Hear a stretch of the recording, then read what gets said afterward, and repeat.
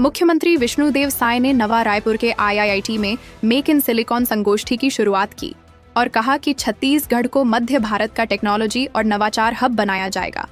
उन्होंने बताया कि नवा रायपुर में सेमीकंडक्टर यूनिट की स्थापना से युवाओं को रोजगार मिलेगा और राज्य देश के चिप निर्माण मिशन में अहम भूमिका निभाएगा।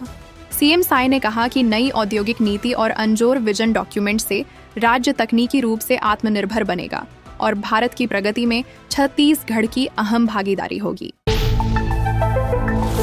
नवा रायपुर के IIT में आयोजित मेक इन सिलिकॉन कार्यक्रम में वित्त मंत्री OP चौधरी ने संस्थान के विस्तार के लिए 50 से 100 करोड़ रुपए की मांग की।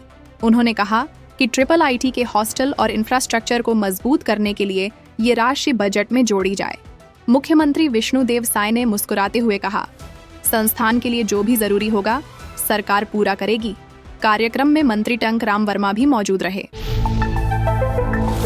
छत्तीसगढ़ से पहली बार फोर्टिफाइड चावल की खेप पापुआ न्यू गिनी पहुंची है। रायपुर की company spawns enterprises private limited ने 20 मीट्रिक टन चावल का निर्यात किया है। फोर्टिफाइड चावल में आयरन, फोलिक एसिड और विटामिन B12 जैसे पोषक तत्व मिलाए जाते हैं।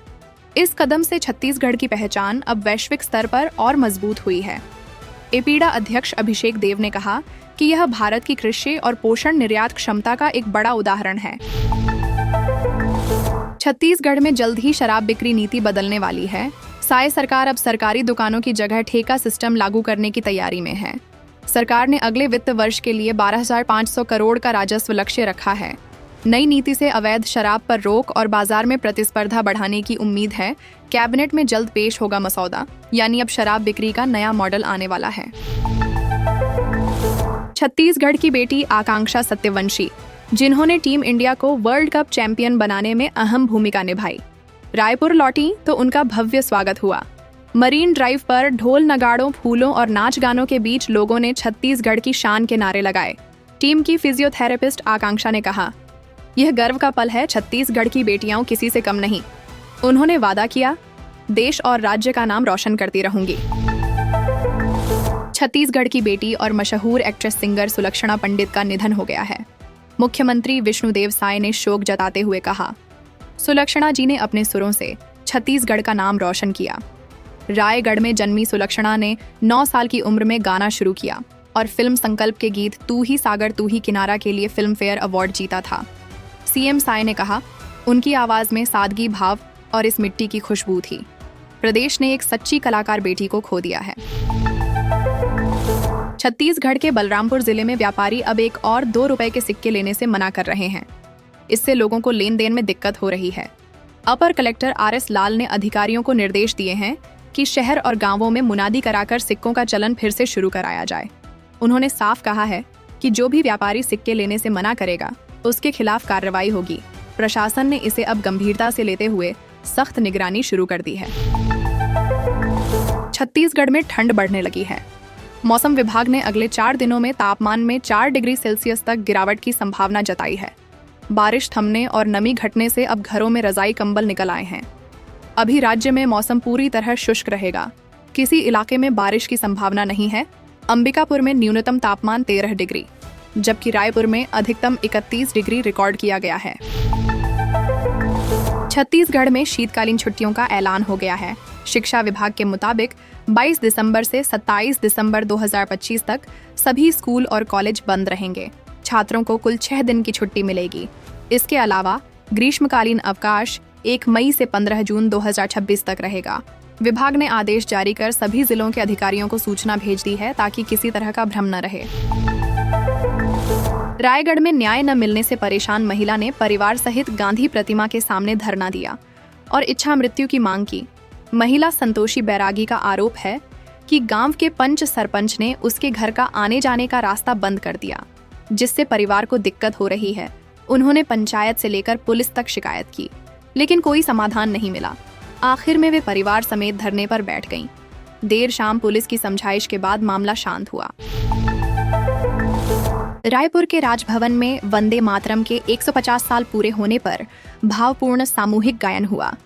कार्यक्रम में राज्यपाल रमेन डेका शामिल रहे और दिल्ली से प्रधानमंत्री नरेंद्र मोदी ने आयोजन का शुभारंभ किया। राजभवन के अधिकारी कर्मचारियों ने एक स्वर में वंदे मातरम गाया और देशभक्ति की भावना से माहौल गूंज उठा।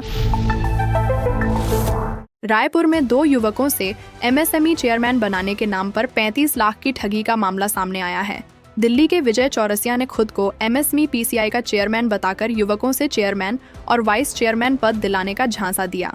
उसने 1 लाख वेतन और बंगला देने का वादा किया, फिर फर्जी ज्वाइनिंग लेटर थमाकर रकम वसूल ली। ठगी का पता तब चला जब न सैलरी मिली न पद। पुलिस ने मामला दर्ज कर लिया है और आरोपी की तलाश में टीम दिल्ली रवाना हो गई है। जांजगीर चांपा में पेट्रोल पंप से 68 लाख रुपए के गबन का मामला सामने आया है। मैनेजर नीरज साहू ने पिता और भाई के साथ मिलकर यह साजिश रची थी। नीरज ने पेट्रोल बिक्री की रकम अपने और परिवार के खातों में ट्रांसफर कर दी और पैसों को जुए सट्टे में उड़ा दिया। पुलिस ने 40 दिन की तलाश के बाद तीनों को गिरफ्तार किया है। आरोपियों ने जुर्म कबूल किया है और 50,000 रुपये बरामद किए गए हैं।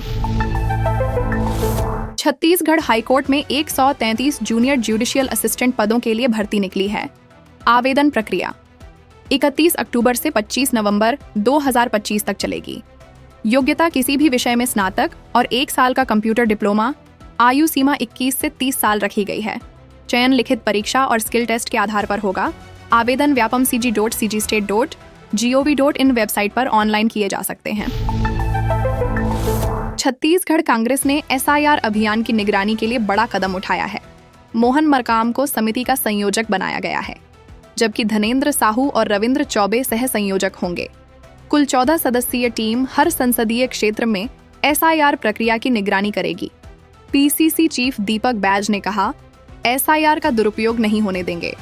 इधर रायपुर में कांग्रेस कार्यकर्ताओं ने एसआईआर के खिलाफ मोतीबाग से निर्वाचन आयोग कार्यालय तक मार्च निकाला।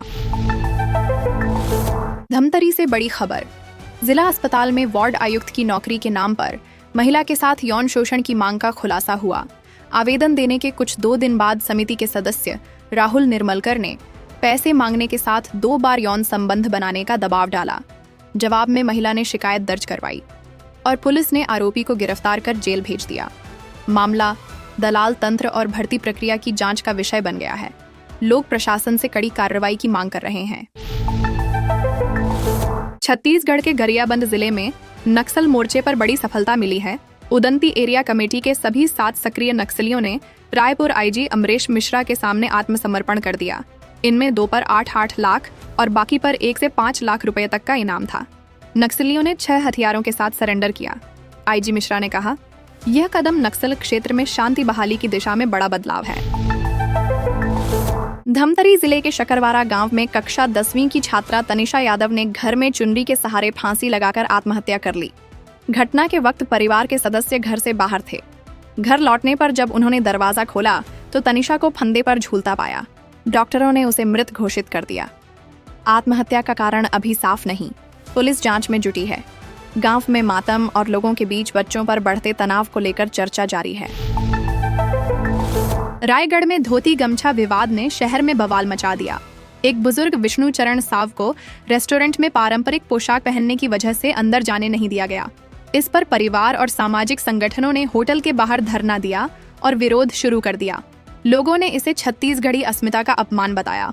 आखिरकार पुलिस की मौजूदगी में होटल प्रबंधन ने माफी मांगी, तब जाकर मामला शांत हुआ। रायगढ़ में कोल माइंस का विरोध तेज हो गया है। पुरुंगा, सांभर सिंघा और तेंदुमुड़ी गांव के 300 से ज्यादा ग्रामीण रात भर कलेक्ट्रेट के बाहर धरने पर बैठे रहे। ग्रामीणों का कहना है वे अपनी जल, जंगल और जमीन किसी भी कीमत पर नहीं देंगे और 11 नवंबर की जन सुनवाई रद्द करने की मांग कर रहे हैं। विधायक लालजीत राठिया और उमेश पटेल भी समर्थन में पहुंचे। ग्रामीण बोले, अगर हमारी बात नहीं सुनी गई तो अब संघर्ष और बड़ा होगा। छत्तीसगढ़ के कांकेर जिले के 14 गांवों में पास्टर और पादरियों के प्रवेश पर बैन लगा दिया गया है। ग्रामीणों ने कहा, यह फैसला अपनी परंपरा और संस्कृति की रक्षा के लिए लिया गया है। विवाद तब शुरू हुआ जब कुछ महिलाओं ने बिंदी चूड़ी पहनना और तीज त्योहार मनाना छोड़ दिया। अब हर गांव में बोर्ड लगाए गए हैं, यह 5वीं अनुसूची क्षेत्र है, धर्मांतरण वर्जित है। वहीं ईसाई समुदाय का कहना है कि अब वे अपने रिश्तेदारों से भी नहीं मिल पा रहे। हाईकोर्ट ने ग्रामीणों के फैसले को सही बताया। अब मामला सुप्रीम कोर्ट में जाएगा। बिलासपुर ट्रेन हादसे में रेलवे की बड़ी लापरवाही सामने आई है। जांच में खुलासा हुआ कि जिस लोको पायलट को मेमू लोकल चलाने की जिम्मेदारी दी गई थी वह साइकोलॉजिकल टेस्ट में फेल हुआ था। इसके बावजूद अफसरों ने उसे ट्रेन चलाने की अनुमति दे दी। 4 नवंबर को गेवरा रोड में मेमू लोकल और मालगाड़ी की टक्कर में 11 यात्रियों की मौत हुई थी। सीआरएस टीम ने देर रात तक अफसरों और कर्मचारियों से पूछताछ की। अब जांच में यह सवाल गूंज रहा है, फेल चालक को आखिर ट्रेन चलाने की इजाजत किसने दी? छत्तीसगढ़ पुलिस अकादमी चंदखुरी के आईजी रतन लाल डांगी को यौन उत्पीड़न के आरोपों के बाद हटा दिया गया है। डांगी पर एसआई की पत्नी ने यौन शोषण और मानसिक प्रताड़ना के गंभीर आरोप लगाए थे। गृह विभाग ने जांच के बाद उन्हें पुलिस मुख्यालय में अटैच कर दिया है। अब उनकी जगह आईपीएस अजय यादव को नया निदेशक नियुक्त किया गया है। डांगी का कहना है कि महिला उन्हें ब्लैकमेल कर रही है, जबकि आईजी आनंद छाबड़ा की अगुवाई में जांच जारी है। जांच टीम महिला के बयान और डिजिटल सबूतों के आधार पर रिपोर्ट तैयार करेगी। रायपुर में यूथ कांग्रेस ने निर्वाचन आयोग का घेराव करने की कोशिश की, लेकिन पुलिस ने उन्हें मोतीबाग में ही रोक दिया। कार्यकर्ता ब्राजीलियन दीदी वोट डालने के लिए धन्यवाद जैसे स्लोगन लेकर पहुंचे थे, जो मतदाता सूची में गड़बड़ी पर तंज था। यूथ कांग्रेस प्रदेश अध्यक्ष आकाश शर्मा ने कहा कि यह आंदोलन लोकतंत्र बचाने के लिए है और अब इसे पूरे प्रदेश में फैलाया जाएगा। कांग्रेस ने वोट चोर गद्दी छोड़ अभियान के तहत 15 लाख से ज्यादा हस्ताक्षर जुटाए हैं, जिन्हें दिल्ली भेजा जा रहा है। रायगढ़ में एक टीचर के घर से 12 लाख रुपए की चोरी की वारदात सामने आई है। गुलमोहर कॉलोनी में रहने वाली प्रमिला शर्मा ने अलमारी में रखे 4 लाख नकद और सोने के जेवरात चोरी होने की शिकायत दर्ज कराई है। घटना का पता तब चला जब उन्होंने अलमारी खोली तो सारा कैश और गहने गायब थे। पुलिस ने अज्ञात चोरों के खिलाफ मामला दर्ज कर जांच शुरू कर दी है। बताया जा रहा है कि यह रकम पुराना घर बेचने के बाद बची हुई थी।